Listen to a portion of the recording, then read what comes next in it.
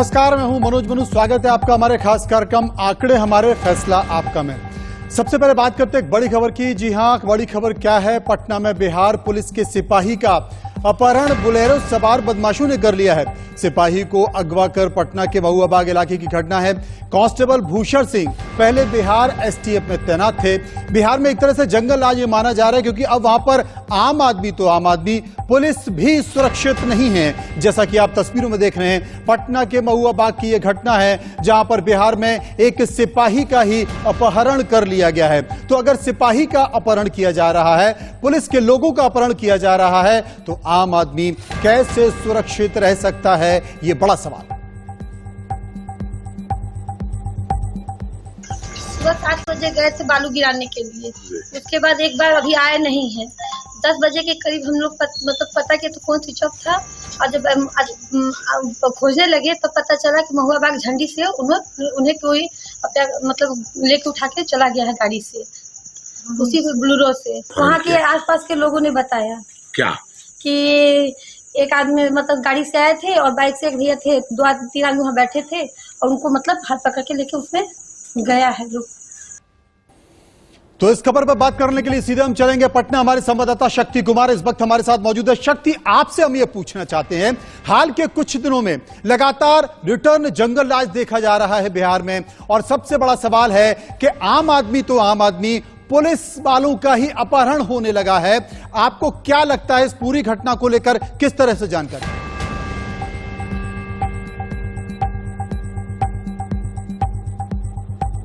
शक्ति, मेरी आवाज आपको मिल रही है? तो जी जी जी जी आवाज आ रही है जी। जिस तरह से लगातार जो है बिहार में क्राइम की घटनाएं बढ़ रही है, खास करके जो है अभी राजधानी पटना की अगर बात करें तो राजधानी पटना में जो है पुलिस कांस्टेबल को जो है अपहरण हो गया सुबह में, और ये बड़ी घटना है। जिस तरह से अगर बिहार में कहें कि पुलिस ही अगर सुरक्षित नहीं है तो आम जनता का क्या हाल होगा। जिस तरह से लगातार जो है इसको लेकर बीजेपी जो है सवाल करती रही है। जो बिहार बीजेपी का कहना है कि बिहार में जंगल राज फिर से रिटर्न हो गया है, तो उसी देखिए जिस घटनाएं घट रही है, इससे कहा जा सकता है कि बिहार में जो क्राइम जो है लगातार जो है बढ़ता ही जा रहा है। और आज आपको बता दें कि सुबह में जो पुलिस कांस्टेबल है शशि भूषण सिंह है, वो अपने घर से निकले थे बाइक पर, और अपराधियों ने जो है उन्हें किडनैप कर लिया और उन्हें बुलेरो में ले गए। और जो प्रत्यक्षदर्शी थे उनका कहना था कि जो बुलेरो में जो है किसी तरह का कोई नंबर नहीं था।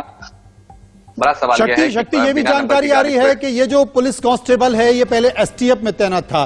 क्या किसी ऐसे खास संवेदनशील मामले की जांच कर रहा था जिसके बाद इसका अपहरण हो गया? ये देखिए बड़ा सवाल है कि जो शशि भूषण सिंह है पहले 8 सालों तक जो है एसटीएफ में थे, और एसटीएफ जो होती है कई मामलों की जो है वो जांच करती है। और ऐसे में बड़ा सवाल ये है कि कहीं किसी पुराने रंजिश के कारण तो नहीं अपराध जो है पुलिस कांस्टेबल शशि भूषण सिंह की जो है अपहरण कर लिया अपहरणकर्ताओं ने। और इसके बड़ा सवाल है, और कई तरह की जांच जो है अभी पटना पुलिस इसमें लगी हुई है। फिलहाल जो है इसको लेकर छापेमारी भी जारी हो रही है, और सीसीटीवी फुटेज को भी खंगाला जा रहा है पटना पुलिस के द्वारा। लेकिन परिजनों का कहना है कि उनके पति, खासकर जो पत्नी मंजू सिंह है, उनका कहना है कि उनके पति सुबह गए थे और 10 बजे के बाद उनका मोबाइल ऑफ था। इसके बाद जो है वो लगातार जो है कॉल करते थे उनके मोबाइल पर, लेकिन कोई मोबाइल स्विच ऑफ बताया। उसके बाद उन्होंने जाके जो है पटना के रूपसपुर थाने में जो है लिखित शिकायत भी दर्ज कराई है। जी, हाल ही में जब खुद पार्टी के बड़े नेता और देश के गृह मंत्री अमित शाह जब बिहार पहुंचे और तमाम सवाल उन्होंने सरकार पे उठाए, उस वक्त तेजस्वी का और तमाम पार्टी के नेताओं का यह बनाया ना कि आप अपने स्तर को देखिए, आप अपने राज्य को देखिए, आप अपने राज्यों के अपराध को देखिए, आप बिहार पर सवाल खड़े मत कीजिए। लेकिन पहले सरेआम गोलियां चलाई जाती हैं, एक सरफिरा आता है और वो लोगों पर गोलियां चलाता है। इस तरह की घटना सामने आ रही है। कई आपराधिक घटनाओं का ग्राफ बिहार में पिछले कुछ दिनों में बढ़ा है। इस पर राज्य के नेता क्या कहते हैं, पुलिस वाले क्या कहते हैं? देखिए निश्चित रूप से जिस तरह से क्राइम बिहार में बढ़ गया, खासकर अभी कुछ दिन पहले बेगूसराय की जो घटना हुई थी, सरेआम 30 किलोमीटर तक जो अपराधी लगातार फायरिंग करते रहे और किसी 4 थानों से गुजरते रहे, लेकिन पुलिस को इसकी भनक तक नहीं लगी। और लगातार पटना में भी जो है क्राइम बढ़ गया है। पुलिस वाले कहें कि पुलिस जो है जो जनता की रक्षा करते हैं, अब उनका अगर अपहरण हो रहा है तो बड़ा सवाल है। ये जो law and order Nitish Kumar गृह मंत्री है, उन पर भी बड़ा सवाल है। और लगता है जिस तरह से सवाल उठते रहे विपक्ष के द्वारा, हालांकि तेजस्वी यादव कहते रहे कि गृह मंत्री अमित शाह गुजरात को पहले वहाँ गृह मंत्री थे, तो और खास करके तो उस समय गुजरात में क्राइम लगातार बढ़ गया था। और दिल्ली की भी बात वो कहते हैं लेकिन कहीं ना कहीं जिस तरह से आरोप प्रत्यारोप जो लग रहे हैं उसमें एक ही आम जनता, खास करके जो लॉ एंड ऑर्डर की अगर हम बात करें तो बिहार के में लॉ एंड ऑर्डर की स्थिति जो है पिछले कुछ दिनों से लगातार जो है वो खराब होती जा रही है। और इसको लेकर जो है लगातार, हालांकि मुख्यमंत्री इसको लेकर बड़ी अधिकारियों के साथ उन्होंने मीटिंग भी की थी, लेकिन मीटिंग के बाद भी जो है कई घटनाएं जो है बिहार में, खास करके पटना में भी घटी है। जी ये शक्ति, आप हमारे साथ रहे। बीजेपी नेता विजय सिन्हा इस वक्त हमारे साथ मौजूद है। सिन्हा साहब, क्या कहेंगे इस घटना को लेकर? अब तो आम आदमी बिहार में पुलिस वाले भी सुरक्षित नहीं हैं। देखिए, ये दुखद और दुर्भाग्यपूर्ण है और इस तरह की घटनाएं दिन प्रतिदिन बढ़ते जा रही है। जब सरकार और सत्ता में भ्रष्टाचारी और अपराधी का गठबंधन हो जाए, सम्मिलित हो जाए, तो मनोबल तो अपराधियों का बढ़ेगा ही। जी, आपने देखा कि पीरबहोर थाना में किस तरह से प्रवेश करके और पुलिस को खदेड़ कर पीटने का व्यवस्था, एसपी का कपड़ा फाड़ने का, तो अपराध का ही मामला सामने आपने बता रहे हैं। जी, ये मनोबल ऊंचा उठने का, और ये लोग दिल्ली में भ्रष्टाचारियों के नेतृत्व में, श्रीमान लालू प्रसाद यादव की सजायाफ्ता है, उनके नेतृत्व में सत्ता बदलने के लिए केंद्र में प्रधानमंत्री बदलने की राजनीति कर रहे हैं। बिहार संभल नहीं रहा है। देश संभालने में बिहार को अराजकता में और गुंडों के हवाले कर दिया गया है। विजय जी, बड़ी बात आपने कही है कि बिहार संभाल नहीं पा रहे हैं और आप देश संभालने की बात करते हैं। वैसे भी आपकी सरकार अब दिल्ली आ रही है, तमाम नेताओं से मेल मुलाकात होगी, लेकिन रहा सवाल कानून व्यवस्था। कानून व्यवस्था तो राज्य का ही हिस्सा है। बहुत सारे सवाल उठाए जाते हैं, लेकिन जब कानून व्यवस्था अगर राज्य से नहीं संभाली जाती है तो ऐसे में क्या कहा जाए? क्या यह सवाल डीजीपी पर है, क्या यह सवाल गृह मंत्री पर है, या यह सवाल मुख्यमंत्री पर है जो बार बार सुशासन की बात करते हैं? देखिए, मुख्यमंत्री जी को अराजकता समाप्त करने के लिए भारतीय जनता पार्टी ने लाया था और उनको नेता बनाया। चाणक्य बनकर भारतीय जनता पार्टी उनको चंद्रगुप्त बनाया, लेकिन वो नकली चंद्रगुप्त थे। उन्होंने बार बार लोगों को धोखा देकर 13 में ही जिसको जनता ने रिजेक्ट कर दिया, 23 सीट पर पहुंचाया, उसको फिर गठबंधन करके 80 सीट तक पहुंचा दिया। ये अराजकता के लिए अगर जो कोई दोषी है तो लालू प्रसाद यादव से कम दोषी नीतीश कुमार नहीं है जी। और पूरी तरह से नीतीश कुमार बिहार को बर्बादी का संकल्प ले चुके हैं और इनके रहते बिहार में लॉ एंड ऑर्डर कभी नहीं सुधर सकता।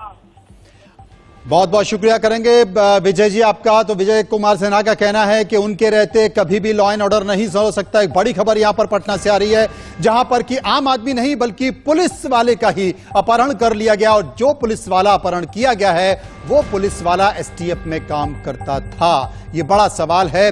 तारा किशोर प्रसाद जो कि पूर्व डिप्टी सीएम हैं, वो हमारे साथ जुड़ने वाले थे, नहीं जुड़े हैं, लेकिन ये बड़ी खबर है बिहार की। बिहार के कानून व्यवस्था को लेकर हाल के कुछ दिनों में लगातार सवाल जवाब किए जा रहे हैं, लेकिन सरकार की तरफ से कोई खास जवाब नहीं है। तो बात ही है बिहार की। आइए अब बात करते हैं उत्तराखंड की। जी हां, अंकिता की।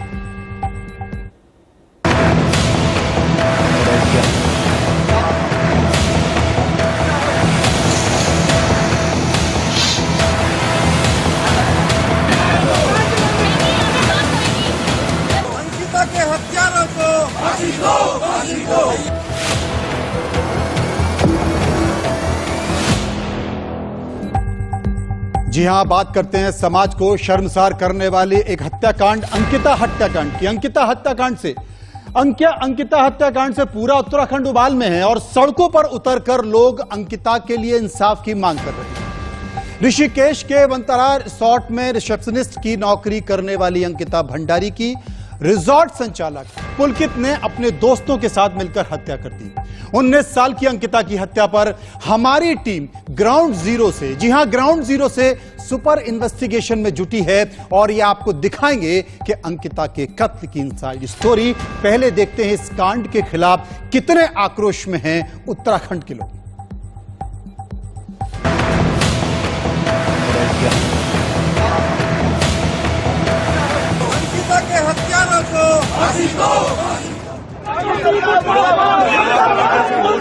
देवभूमि में महापाप से भड़का लोगों का गुस्सा।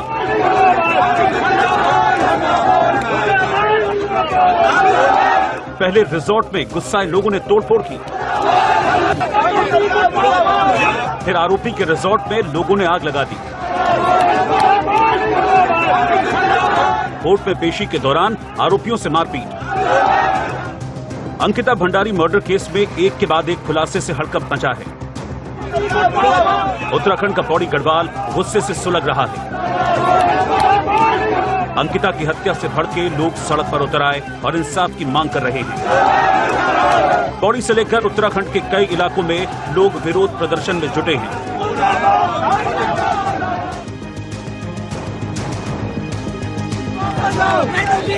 पुलिस की गाड़ी को घेरे लोगों का हुजूम लोगों के गुस्से की तस्दीक कर रहा है। गिरफ्तारी के बाद जब पुलिस तीनों आरोपियों पुलकित, अंकित और सौरभ को कोर्ट में पेश करने के लिए कोटद्वार लेकर जा रही थी, इसी दौरान बैराज पुल से आगे कोडिया में सैकड़ों गांव वालों ने पुलिस की गाड़ी रोक ली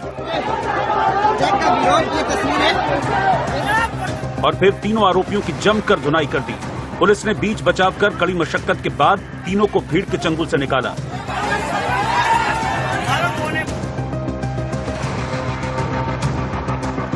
कत्ल का खुलासा होने के बाद ही पुलिस ने उस रिजॉर्ट को सील कर दिया था जिसमें 19 साल की अंकिता रिसेप्शनिस्ट थी। इसके बाद गुस्साए स्थानीय लोगों ने तोड़फोड़ की, लेकिन लोगों का गुस्सा यही नहीं थमा। नाराज लोगों ने रिजॉर्ट में आगजनी की। बताया जा रहा है कि आरोपी के रिजॉर्ट के पिछले हिस्से में चल रही फैक्ट्री को आग के हवाले कर दिया गया, जिसकी लपटें और धुएं का गुबार दूर से नजर आ रहा था।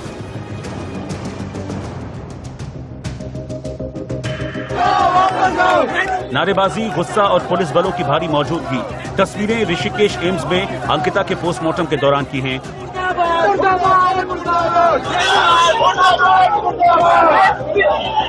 यह यमकेश्वर से बीजेपी विधायक रेणु बिष्ट परिवार वालों से मिलने पहुंची, लेकिन उनके वहां पहुंचते ही लोगों का गुस्सा फूट पड़ा।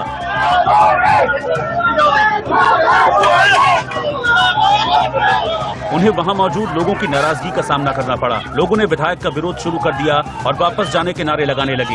इसी दौरान उनकी गाड़ी का शीशा भी तोड़ दिया गया।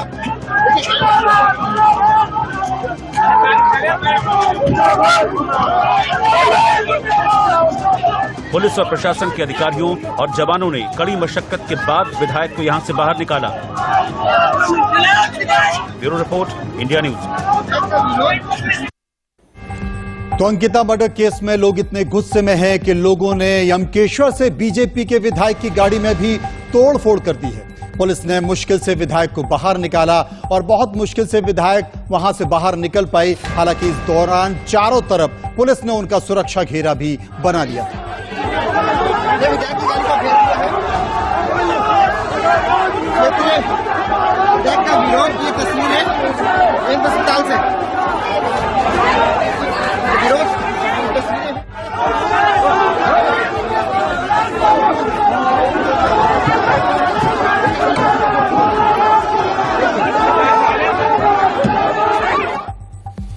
और सीधे चलेंगे ग्राउंड जीरो पर, जहां पर हमारी संवाददाता इस वक्त वहां पर मौजूद हैं। पल पल की जानकारी और इन्वेस्टिगेशन स्टोरी उन्होंने की है।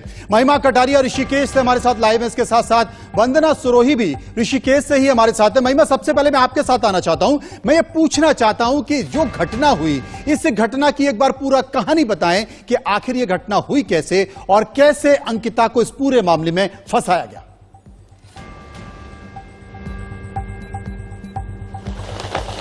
मनोज जी, देखिए जिस तरीके से ये घटना पूरी खुली है उसमें बहुत अहम शख्स जिसका अब इंडिया न्यूज खुलासा करने जा रहा है, जिसकी खास तौर से एक्सक्लूसिव डिटेल्स सिर्फ और सिर्फ इंडिया न्यूज के पास है, उसके लिए थोड़ा सा इंतजार जरूर करना पड़ेगा। लेकिन 18 तारीख को अंकिता मिसिंग हो जाती है। इसमें जो आई विटनेस हैं, जो एक्सक्लूसिवली जिन्होंने आके इंडिया न्यूज से बात की है, उन्होंने साफ तौर से बताया कि लगभग 5 से 8 बजे के बीच में जो पुलकित नाम का ये शख्स है, ये अंकिता के कमरे में जाता है। हमने दिखाया किस तरीके से अंकिता का कमरा जो था वो रिसेप्शन के पास था।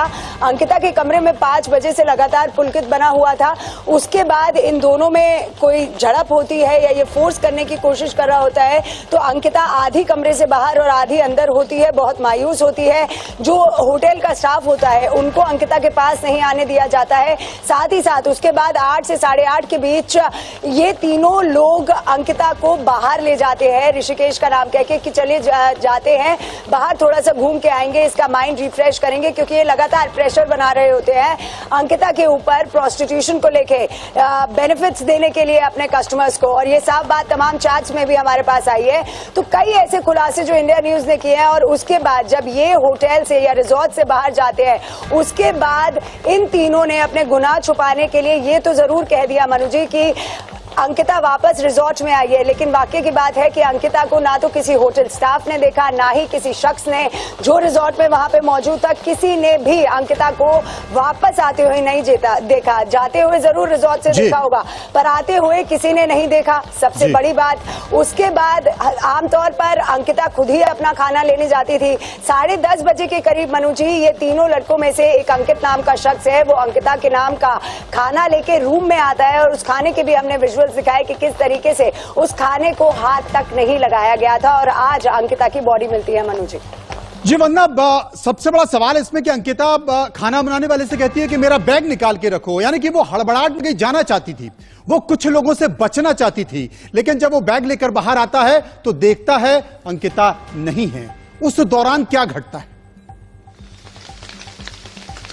बिल्कुल ये दुर्भाग्य था अंकिता का, शायद उसके साथ ऐसा लिखा था, क्योंकि वो कई दिनों से यहाँ छटपटा रही थी, परेशान थी अपने दोस्तों से। उसने जो फोन पे बातचीत की है, जो एक्सक्लूसिवली इंडिया न्यूज दिखा रहा है, सुनाएगा भी दर्शकों को। फोन पर जो दोस्तों से बातचीत होती है उसमें वो परेशान होती है, वो बताती है किस तरह से उसके साथ छेड़खानी की जाती है। पुलकित उसे परेशान कर रहा था, वो यहाँ से जाना चाहती थी, बाकायदा उसने अपने एक दोस्त से बात की थी, कहीं और नौकरी को लेकर भी उसने तलाश की थी। लेकिन ये जो पूरी साजिश थी, इसका खुलासा वो करने वाली थी, इसका कहीं ना कहीं, क्योंकि परेशान लगातार पुलकित कर रहा था, तो उसने पुलकित को ये कहा था कि देखिए जो भी आप लोग कर रहे हैं ये बात मैं रिवील कर सकती हूँ। और इसी डर से शायद उन्होंने इस पूरी प्लानिंग को रचा। हालांकि जो थ्योरी उन्होंने दी वो किसी के गले नहीं उतरी, क्योंकि ये कहा गया कि वो 4 लोग बाहर गए थे और उसके बाद अंकिता भी उनके साथ वापस आई थी, लेकिन अंकिता किसी ने नहीं देखी, और इसी वजह से पुलिस का शक भी गहराया। और इसी थ्योरी को आधार मानते हुए पुलिस जब रिजॉर्ट पे पहुंची, जो तमाम सीसीटीवी फुटेज खंगाले गए और होटल स्टाफ से बातचीत की गई, तो अंकिता कहीं पर भी वहां नजर नहीं आई। यहां तक कि होटल स्टाफ से उसने जो फोन पर बातचीत की थी उसमें भी वो डरी सहमी थी, वो रो रही थी, और उसने कहा था कि मेरा सामान निकाल कर रखो। यानी उसकी पूरी तैयारी थी कि हो सकता है कि वो अपने दोस्त को तभी बुलाने वाली थी, वहां से तुरंत निकलने की तैयारी में थी, क्योंकि उसको डर लग रहा था कि कुछ ना कुछ उसके साथ। वंदना, आप हमारे साथ रहें, आप हमारे साथ रहें, क्योंकि आप दोनों ने ग्राउंड जीरो पर जाकर उन तमाम तथ्यों को, उन तमाम सबूतों को खंगाला है। आपके पास वापस आऊंगा, कुछ और सवाल भी हैं, लेकिन अंकिता हत्याकांड पर इंडिया न्यूज की सबसे बड़ी पड़ताल जारी है। हमारी टीम ग्राउंड जीरो से सुपर इन्वेस्टिगेशन टीम में जुटी है, और अब आपको दिखाते हैं कि अंकिता के कत्ल की इनसाइड स्टोरी है क्या। सबसे पहले देखिए अंकिता के रूम में एक सुपर एक्सक्लूसिव रिपोर्ट। 19 साल की अंकिता जो अगस्त में यहां पर रहने आती है, सोचती है कि यहां पर नौकरी करेगी। छोटे से गांव से आई, पौड़ी गढ़वाल से आई अंकिता इस कमरे में रहती थी, और आज इंडिया न्यूज की टीम यहां पर पहुंची है क्योंकि अंकिता अब इस दुनिया में नहीं रही। ये वही कमरा है जहां पर अंकिता रहती थी, ये उसकी रजाई, गद्दा, और सबसे चौंका देने वाली बात जो हम आपको दिखाएंगे वो है ये खाना। अंकिता को जब उसके 3 आरोपियों ने मारा था तो ये खाना वो खुद लेने गए थे, और आप देख सकते हैं इस खाने को छुआ भी नहीं गया है। ये उसी कमरे की तस्वीरें हैं जो हम आपको दिखा रहे हैं जहां पर अंकिता रहती थी। बताया जा रहा है कि 18 तारीख को अंकिता मिसिंग थी, वो मिसिंग हो गई थी। कैसे मिसिंग थी ये अपने आप में ही बहुत बड़ा सवाल है, क्योंकि देखा जाए तो पुलकित ऑलरेडी यहाँ पर इस कमरे में मौजूद था। देखिए कमरे का हाल जो है, अब यहाँ पर तोड़फोड़ कर दी गई है, क्योंकि महज 19 साल की जो अंकिता है जो यहाँ पर रहती थी वो इस दुनिया में नहीं रही। उसकी कान के झुमके भी आपको यहाँ देखने को मिलेंगे। देखिए ये कान की बालियां अंकिता की याद दिलाएगी, वो अंकिता जो महज 19 साल की थी, सपनों के साथ यहाँ पर आई थी, लेकिन वो सपने तो टूटे, लेकिन अपनी आंख हमेशा के लिए बंद कर बैठी।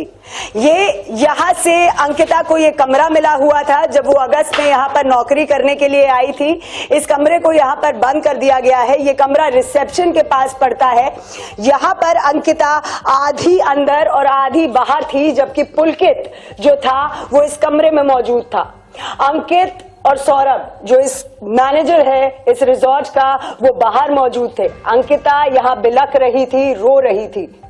एक डर उसके मुंह पर साफ दिख रहा था। इतने में आई विटनेस आते हैं, वो 2 आई विटनेस जिनका खुलासा इंडिया न्यूज ने एक्सक्लूसिव किया था। एक वो आई विटनेस जिसका नाम अंकित है, जो कि खुद एक हाउसकीपिंग है, और दूसरा शिवम जो कि इलेक्ट्रीशियन है, जिन्होंने अंकिता को खुद इस दरवाजे से आधा बाहर और आधा अंदर देखा। अंकिता डरी हुई थी, सहमी हुई थी। आई विटनेस ने बताया कि किस तरीके से जब अंकिता डरी और सहमी हुई थी, मदद की पुकार लगा रही थी, तो पुलकित उसे यहाँ पर इस कमरे में वापस मुंह दबा के खींच लेता है। ये वही कमरा है जहां से अंकिता की मौत की पूरी साजिश रची गई थी। आप देख सकते हैं यहाँ पर अभी उसका जो सामान है वो ऐसे का ऐसे पड़ा है, चाहे वो डिओड्रेंट हो, परफ्यूम्स हो या फिर कुछ भी हो, सारा सामान ऐसे ही बिखरा पड़ा है। ये सारी तस्वीरें हम आपको दिखा रहे हैं कि किस तरीके से इस कमरे में डरी हुई अंकिता, सहमी हुई अंकिता बैठी हुई थी, लगातार आंखों में उम्मीद करते हुए कि कोई उसे यहाँ से बचा ले, क्योंकि आधी यहाँ से बाहर अंकिता आधी लटकी हुई थी। उम्मीद कर रही थी कि कोई इस दरवाजे से उसको बचा ले, कोई यहाँ से उसे ले जाए, लेकिन पुलकित का डर सहमा हुआ 3 लोग, 3 वो दरिंदे जो उस पर आंख गड़ाए बैठे थे, उसे इस कमरे में खींचते हैं। 5 से 8 बजे तक उस पर अत्याचार होता है, उसे खींचा जाता है, वो रोती है, बिलखती है। इन्हीं गद्दों पर रोती हुई बिलखती हुई अंकिता, आप देख सकते हैं, आप महसूस कर सकते हैं कि किस तरीके से अंकिता जो है कितनी तड़पी होगी। उसके बाद ये तीनों उसको बाहर लेकर जाते हैं। किस बहाने से बाहर लेकर जाते हैं ये तो देखना पड़ेगा, लेकिन क्या अंकिता को बाहर मारकर नहर में डाल दिया गया? बहुत बड़ा सवाल है जो पोस्टमार्टम रिपोर्ट से साफ होगा। लेकिन यहाँ पर पुलकित ने एक रचना रची कि वो अंकिता को वापस 10:30 बजे के करीब रिजॉर्ट में लेके आता है, लेकिन यहाँ पर अंकिता को आते हुए किसी ने नहीं देखा। और इसका सबूत ये है कि अंकिता ने यहाँ पर रखा खाना नहीं खाया, क्योंकि जब खाने की बात आई, जब हाउसकीपिंग की बात आई, तो हाउसकीपिंग वाले को नहीं बुलाया जाता है। साफ तौर से खुद पुलकित और ये बाकी के 2 अपराधी खुद खाना लेने जाते हैं, और ये खाना बिल्कुल भी छुआ नहीं गया है। तो अंकिता यहां नहीं आई, उसे मार कर डाल दिया गया। महज 19 साल की लड़की एक कमरे में इतने सपनों के साथ आई थी, और आज हम सबको छोड़ के चली गई। अपने सपनों के साथ अपनी आंखें बंद कर ली। वीडियो जर्नलिस्ट अंकुश के साथ महिमा कटारिया, इंडिया न्यूज। वनांतरा रिजॉर्ट, जहां महज 19 साल की अंकिता सपने लेकर आई है। आज इंडिया न्यूज की टीम उसी रिजॉर्ट में पहुंची है। जंगलों के बीच बसा ये रिजॉर्ट बेशक बाहर से देखने में शांत हो, लेकिन यहाँ पर अंदर बहुत कुछ चल रहा था। ये वो रिसेप्शन एरिया है जहां पर इस रिजॉर्ट की मेन एंट्रेंस हुआ करती थी। आप देख सकते हैं, हालांकि ये रिजॉर्ट जो पहले दिखता था वो अब नहीं है। अंकिता की मौत के बाद इस रिजॉर्ट को भी तहस नहस कर दिया गया। कांच चारों ओर बिखरे हुए हैं। यहाँ देखिए, अगर आपको हम दिखा सके थोड़ा सा कि किस तरीके से ये जो शटर है वो भी टूटा हुआ है। तमाम सारी चीजें यहाँ पर टूटी हुई हैं। ये रिजॉर्ट की मेन एंट्रेंस है, लेकिन इस एंट्रेंस से ज्यादा जरूरी ये कमरा है। इस रिसेप्शन से जुड़ता हुआ ये कमरा, अंकिता का वो कमरा जहां पर वो रहती थी। 19 साल की वो लड़की कई सपने आंखों में लेकर पौड़ी गढ़वाल से आती है। देखिए जरा ध्यान से इस कमरे को, किस तरीके से इस कमरे में अभी भी अंकिता की चीजें मौजूद हैं। ये वही वनांतरा रिजॉर्ट है जहां पर एक छोटे से गांव में आई लड़की आज इस दुनिया में नहीं रही। 3 हैवान जो उसके आगे पीछे डोला करते थे। ये वही दरवाजा है जहां पर अंकिता आधा पांव बाहर और आधा अंदर करके खड़ी हुई थी, बिलख रही थी, रो रही थी, सिसकियां ले रही थी।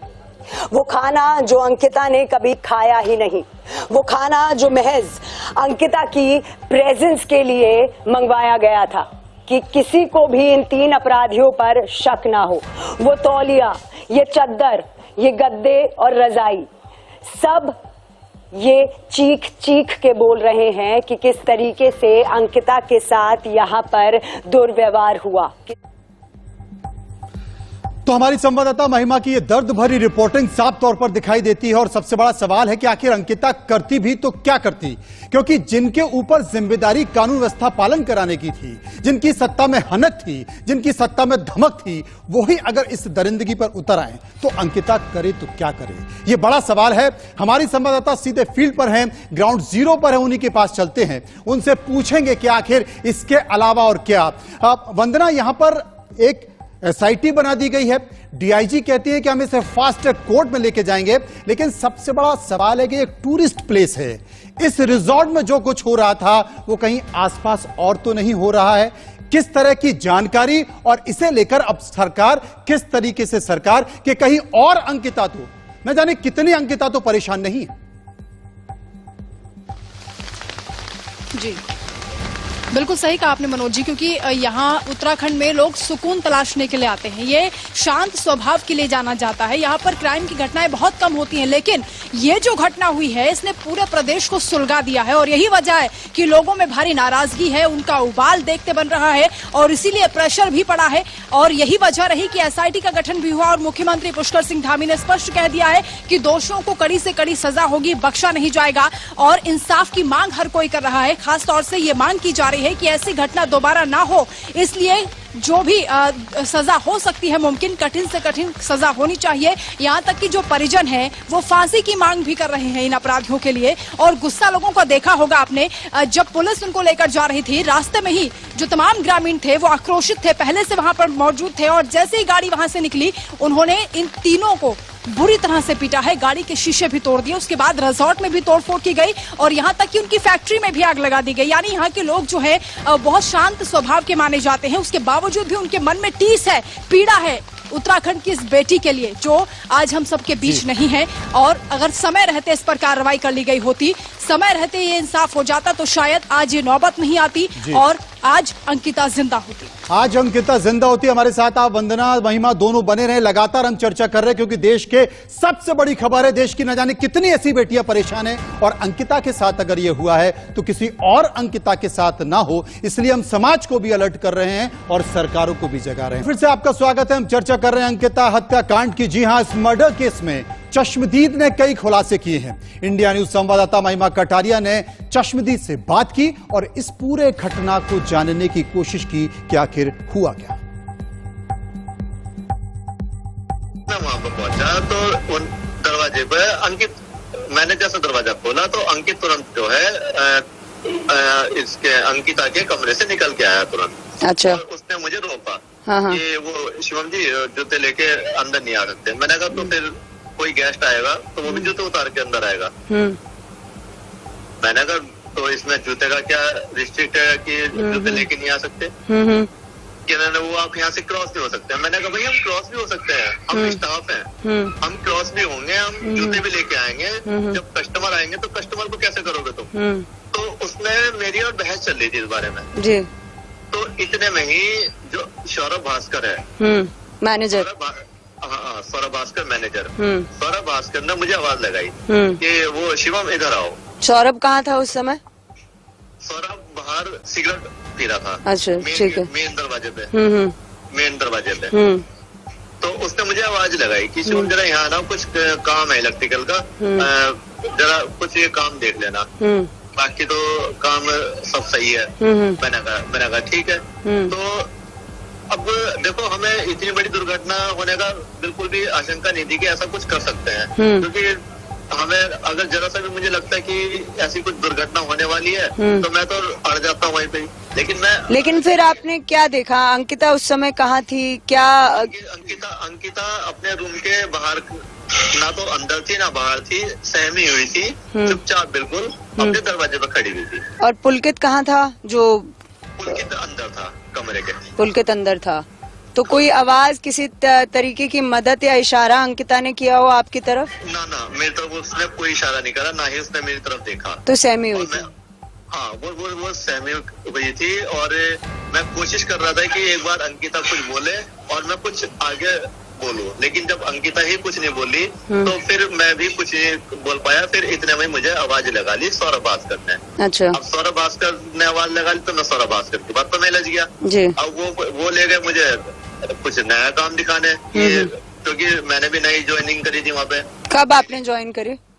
मैंने 8 तारीख से ज्वाइन करा था वहाँ पे। अच्छा, आपने जब अंकिता को देखा तो आधा रूम से बाहर आधा अंदर देखा, पुलकित रूम के अंदर था, ये सारी बातें आपने हमें बताई। क्या आप बता सकते हैं कि इसमें इस रिजॉर्ट में ऐसी हरकतें होती थी, कोई ऐसी एक्टिविटीज होती थी? पुलकित कोई ऐसी, मतलब जिस तरीके की गंभीर विषय निकल के सामने आ रहे हैं, प्रोस्टिट्यूशन की बातें सामने आ रही हैं, अंकिता को, तो क्या होता था रिजॉर्ट में जितना आपने ऑब्जर्व किया हो, क्योंकि आप रिजॉर्ट के इलेक्ट्रिशियन हैं? मैंने देखो, मैं आए हुए मुझे ज्यादा समय नहीं हुआ था। हाँ। 8 तारीख में आया था और 18 तारीख में मुझे 10 दिन हुए थे केवल। जी, है ना? तो 10 दिनों में कुछ देखा आपने?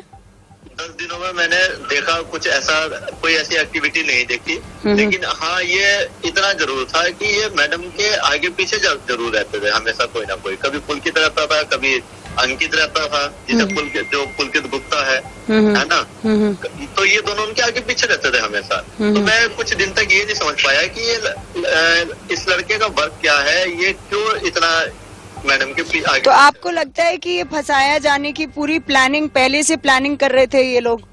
हाँ, ये प्री प्लानिंग है।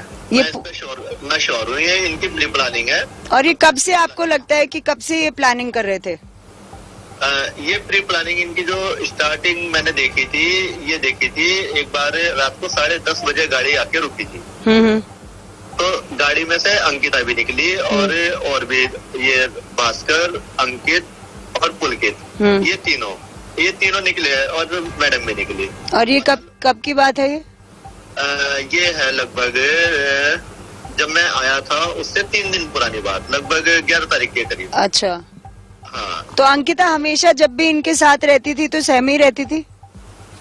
हाँ, वो कभी इनसे हैप्पी होके, मतलब खुश होके कोई ऐसी कोई एक्टिविटी नहीं करती थी। तो अंकिता को किसी चीज के लिए मजबूर कर रहे थे, आपको लगता है? हाँ, बिल्कुल कर रहे थे, क्योंकि जिस दिन का ये मुद्दा है उस दिन जो है कुछ कस्टमर्स ने एक्स्ट्रा सर्विस के लिए डिमांड करी थी। ये कस्टमर्स कौन होते हैं? एक्स्ट्रा सर्विस के लिए डिमांड करना मतलब, अगर आप मुझे बता सके किसको बोलना पड़ता है एक्स्ट्रा सर्विस के लिए? मैम देखो, आपसे कहते हो मुझे शर्म आएगी, लेकिन आप हिंट्स में समझ जाइए कि एक्स्ट्रा सर्विस होती क्या है। नहीं, मैं एक्स्ट्रा सर्विस तो समझ गई हूँ, मैं कह रही हूँ ये किसको बोलना पड़ता है एक्स्ट्रा सर्विस के लिए? कौन, सौरभ मैनेज करता था ये एक्स्ट्रा सर्विस या पुलकित खुद मैनेज करता था? पुलकित मैनेज करता था। पुलकित मैनेज करता था, क्योंकि रिजॉर्ट पे जो कस्टमर डील होते थे वो सारे पुलकित के हाथ से ही होते थे ज्यादातर। अच्छा, तो कस्टमर्स की जो भी डिमांड होती थी वो पुलकित ही डील करता था उस मामले में। अच्छा।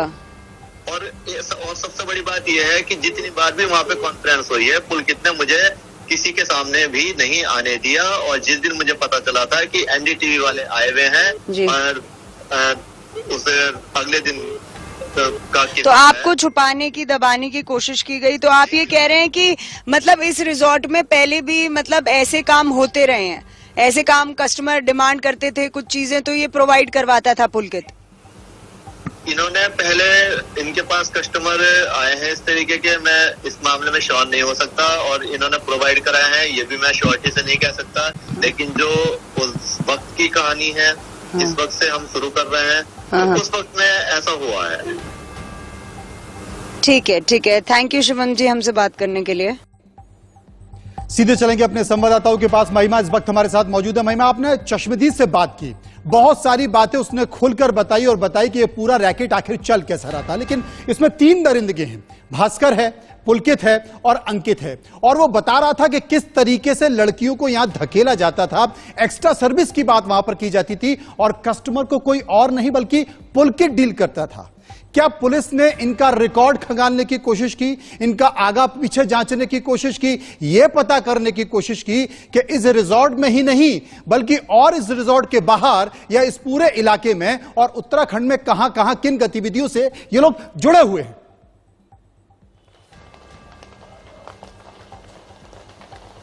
देखिए मनु जी, यहाँ पे जो टेक्निकल बात आ जाती है, जब हम उत्तराखंड की बात करते हैं तो 2 तरफी पुलिस आ जाती है। एक आ जाती है रेवेन्यू पुलिस, एक आ जाती है सिविल पुलिस। तो ग्रामीण क्षेत्रों की अगर हम बात करते हैं, जैसे ये जो रिजॉर्ट बना हुआ था ये पूरा जंगल एरिया में बना हुआ था, ग्रामीण क्षेत्रों से जुड़ा हुआ था, तो पहले ये मामला जाता है रेवेन्यू पुलिस के पास, उसके बाद ये ट्रांसफर होगा सिविल पुलिस को। तो यहाँ पे 2 पुलिस इन्वॉल्व हो जाती है और जब सिविल पुलिस इन्वॉल्व होती है तो जाहिर सी बात है कि सारी चीजें, क्योंकि खुद पुलिस ऑफिसर ने ये बोला था साफ तौर से कि मिसिंग कंप्लेंट को अब मर्डर का में दर्ज कर दिया गया है, क्योंकि वो मिसिंग नहीं है, मर्डर बकायदा उसका हुआ है।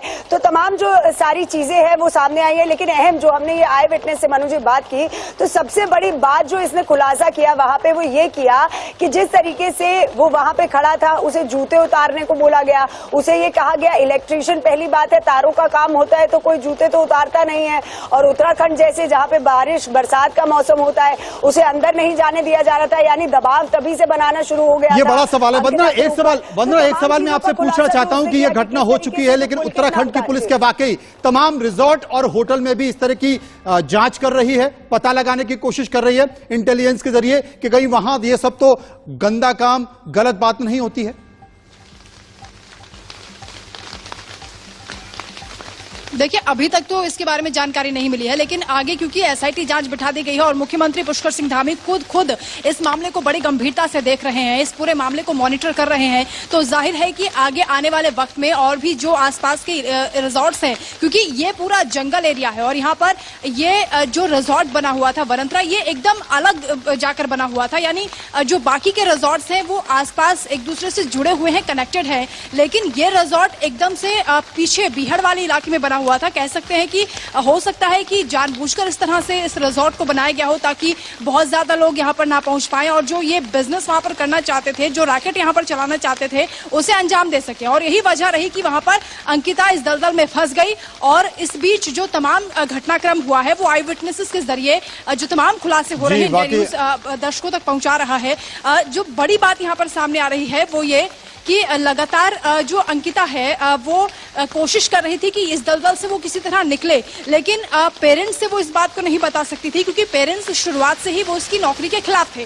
वो नहीं चाहते थे कि ऐसे एरिया में वो काम करे। हालांकि जो ये नौकरी उसको मिली थी वो किसी दोस्त के थ्रू उसने सर्च की थी। बाकी वंदना, तो कुल मिलाकर ये माना जा सकता है कि उत्तराखंड की सरकार इस पूरे मामले को बहुत गंभीरता से ले रही है, कार्रवाई करने की बात कर रही है।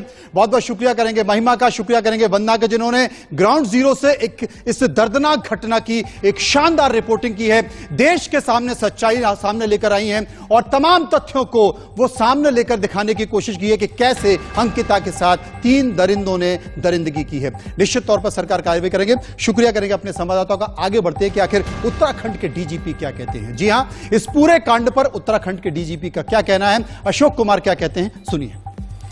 देखिए, लड़की 5-6 दिन पहले मिसिंग हुई थी और एक वंतरा करके रिसोर्ट है लक्ष्मण झूला चीला के बीच में। बाई चांस ये जो क्षेत्र है ये रेगुलर पुलिस थाने के अंतर्गत नहीं था, इसके यहाँ पे उत्तराखंड में एक पटवारी पुलिस व्यवस्था चलती है, वो पटवारी को देखना था तो उन्होंने इसमें एफआईआर की और वो जो है रिसोर्ट के मालिक की ओर से ही की, घर वालों की ओर से नहीं की। कल ये मामला जो है जिलाधिकारी द्वारा हमारी पुलिस को स्थानांतरित किया गया लक्ष्मण झूला को। 24 घंटे के अंदर ही हमने इसे वर्कआउट कर दिया है और ये जो रिसोर्ट का मालिक है यही इसमें अक्यूज निकला। तो मालिक पुलकित सहित 3 अक्यूज लोगों को गिरफ्तार कर लिया है। यद्यपि इसमें बाकी कार्रवाई बाकी है और जल्दी वो करा करके भी हम इसको लोगों के सामने रखेंगे। तो डीजीपी अशोक कुमार कहते हैं कि हमारे पास केस आने के 24 घंटे के अंदर इसमें कार्रवाई की और जो जिम्मेदार लोग हैं उनके खिलाफ सख्ती से कार्रवाई की गई है। लेकिन इस पूरे कांड से पहले अंकिता काफी परेशान थी। सोशल मीडिया पर अंकिता के रोने का ऑडियो वायरल हो रहा है। यह मौत से पहले अंकिता का आखिरी वीडियो है, आखिरी चैट मानी जा रही है। हालांकि हम ऑडियो की पुष्टि नहीं करते हैं, लेकिन फिर भी आप इसे सुन लीजिए। आ रहे हैं 2 मिनट।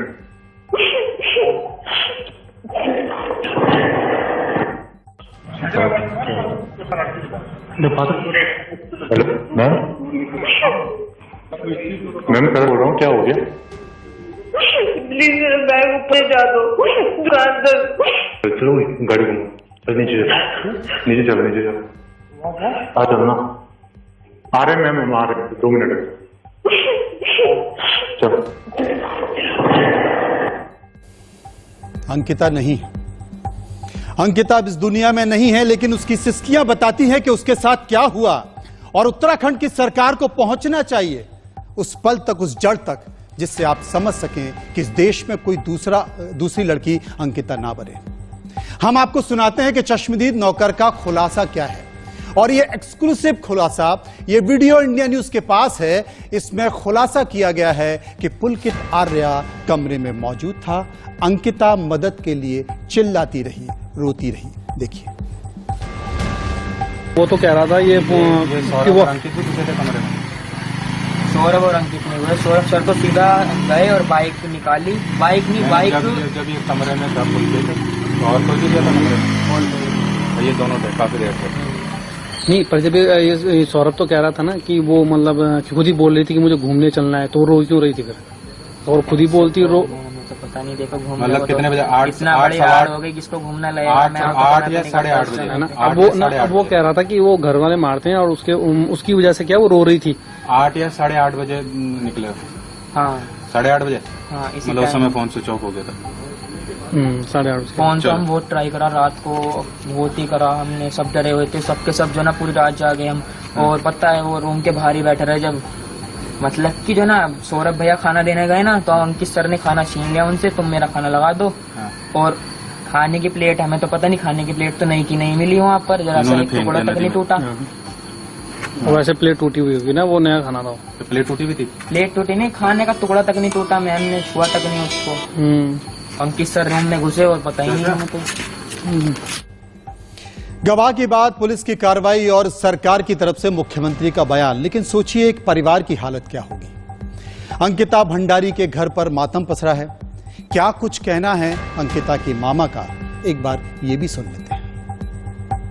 अंकिता का मामा हूं और मेरा तो यही कहना है कि ऐसे लोगों को फांसी पे चढ़ाना चाहिए, जल्द से जल्द इसका वो होना चाहिए, क्योंकि ऐसा नहीं होने से पता नहीं कितने बच्चियों के साथ में ऐसा वो करेंगे लोग।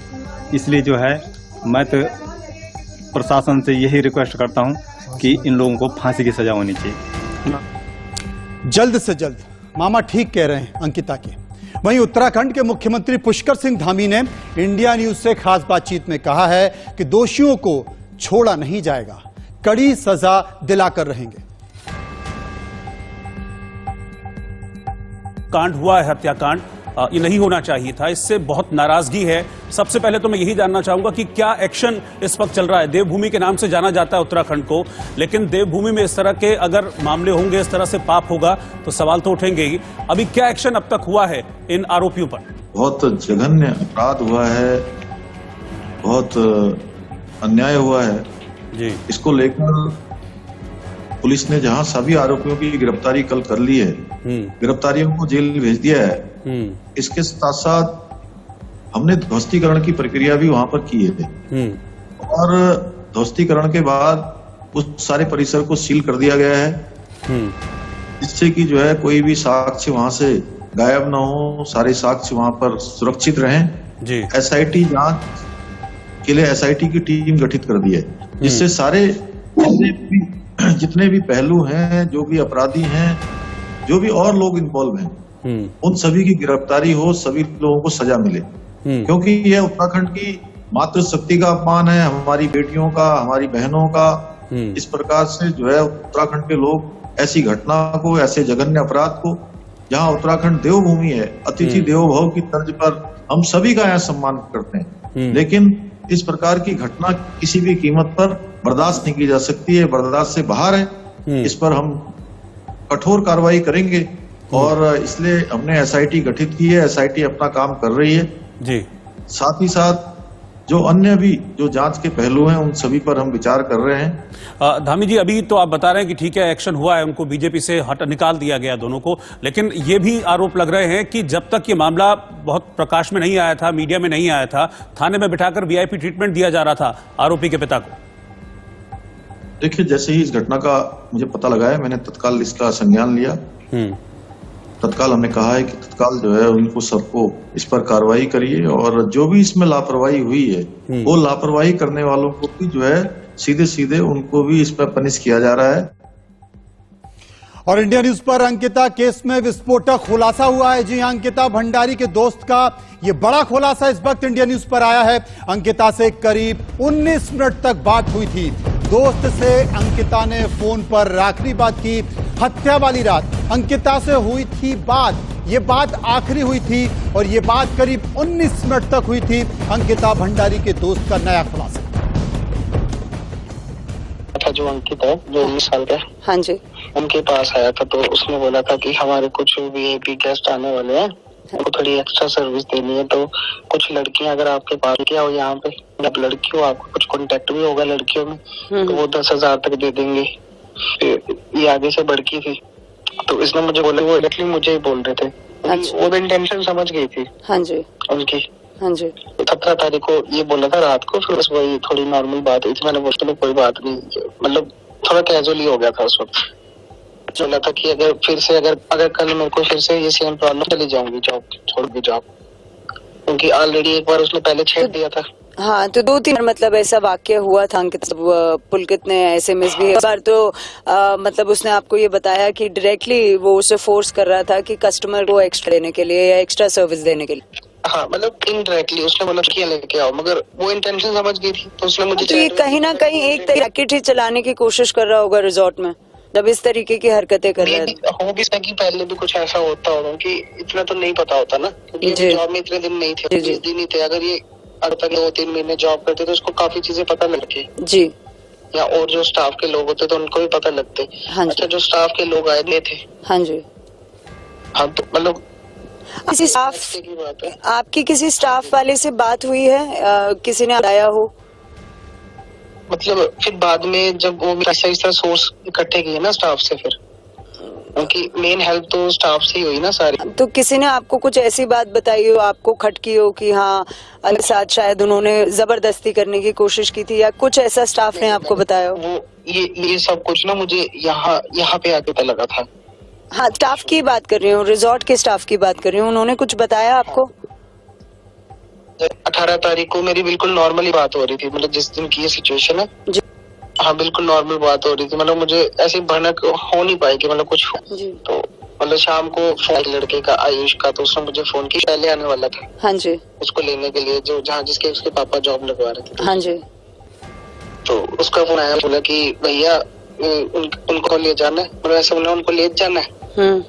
फिर हम पूछा कहाँ ले जाना है, वही मैडम ने फोन बोले चलो ठीक है मैं कर लेता हूँ। किया, कॉल बैक किया, उसको सुनाया। हाँ जी। तो पहले मैंने नॉर्मल बात की, फिर मैंने पूछा कहाँ जा रहे हो। हाँ जी। फोन आया था कहाँ जा रहे हो, तो फिर वो नहीं ये वो, फिर वो रोने लग गई थी। तो उसने कुछ नहीं बोला। फिर उसने बताया कि यार अभी ये जो पुलकित है इसको फोन किया, उसने बोला कि यहाँ लड़की है, इसको ले जाओ गिरफ्तार करके ना। उसी पे इल्जाम लगाने की कोशिश कर रहा था। तो ये सवाल अंकिता का नहीं है, ये सवाल उत्तराखंड का नहीं है, ये सवाल तमाम पर्यटन स्थलों का है। कहीं वहां तो कोई अंकिता सिस्कियों के साथ न्याय नहीं मांग रही है। गंभीरता से विचार होने चाहिए। फिलहाल खबरों के सफर में इतना ही, बाकी खबरों के लिए चलते रहिए इंडिया न्यूज के साथ। नमस्कार।